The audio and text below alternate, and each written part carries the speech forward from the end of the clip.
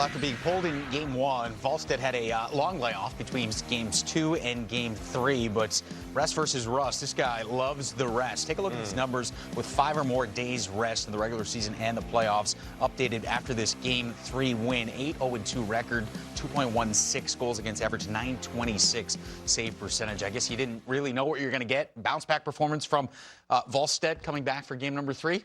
I don't think they could have asked for any better. Sparkling, and maybe when you see that graphic, we should have predicted that he would have a solid night, because 5 days off for a starter in the NHL is a luxury that they are not often afforded. And 5 days off in the playoffs, even if you miss a game, is still something that is extremely rare. But he's obviously a guy who thrives on getting some rest and a reset there. You hear him after the game, didn't lack confidence and belief in himself, understanding that he had to get better, but he was better. And it was sometimes acrobatic, sometimes he was flying around, but all the time he was making the saves. There's a reason why Minnesota, as good as they have been all season long, elected to start Volstead in the playoffs.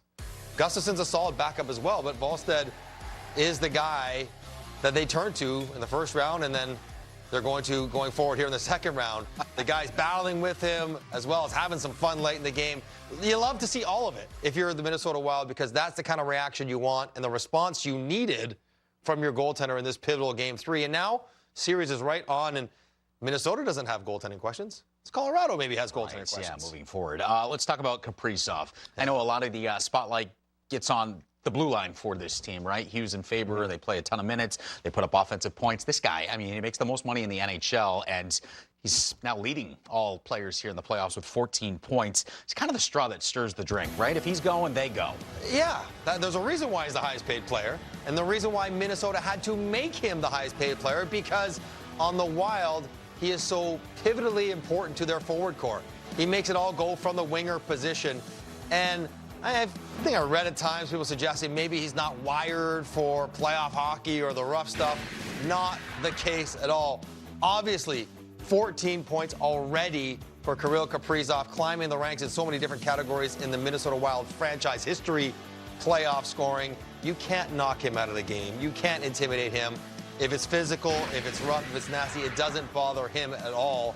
And he just keeps churning out multi-point games. He has multi-assist games here, now #1 in franchise history. So, yes, Minnesota will not beat Colorado without their best players being their best players. Goaltender was fantastic tonight, they win. Their best offensive player, fantastic tonight, they win. It's all part of what makes Minnesota as good as they can be. Yeah, you said their superstar stepping up in a big way. Offense, Kaprizov, goaltending from Volstead, and the D pairing, their top pairing. I mean, what more do you want from these guys? They play the most minutes. They're putting up points. Quinn Hughes, we saw second among all skaters right now in playoff points, 13. His pairing with Brock Faber, it's, I mean, every single game. You know what you're going to get with these two.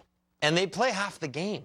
Like half the game, they're these two difference makers that play together, and it is a nightmare to play against them because they both skate so well both ways. As an offensive player trying to attack, they're hard to get around because they can gap up. But then what makes it worse is when you start going the other way, they can beat you up the ice. And when they get to the offensive zone, they make great plays. They make forward offensive star caliber plays with the puck.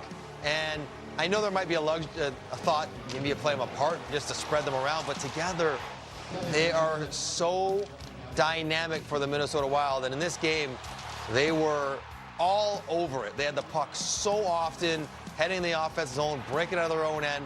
All the things you need the top two-way defensemen to do, they both do. And they both are running up the goals as well as the point totals.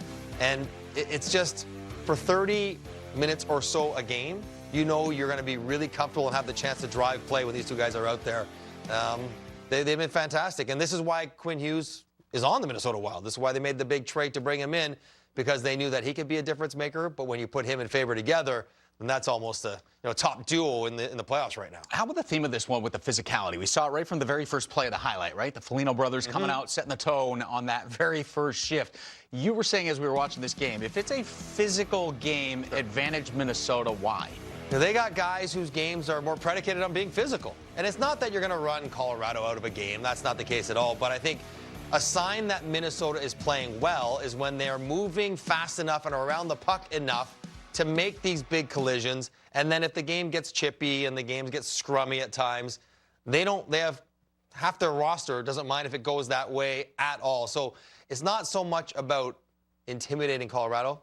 That's not going to happen. It's more about Minnesota and their depth players, especially up front, finding the best version of their game. And that means the Folignos, that's Trenin, that's McCarron. These are big guys that have to be physical to be effective. And you just saw a bit more of that in Game 3, and those guys were more effective in doing so.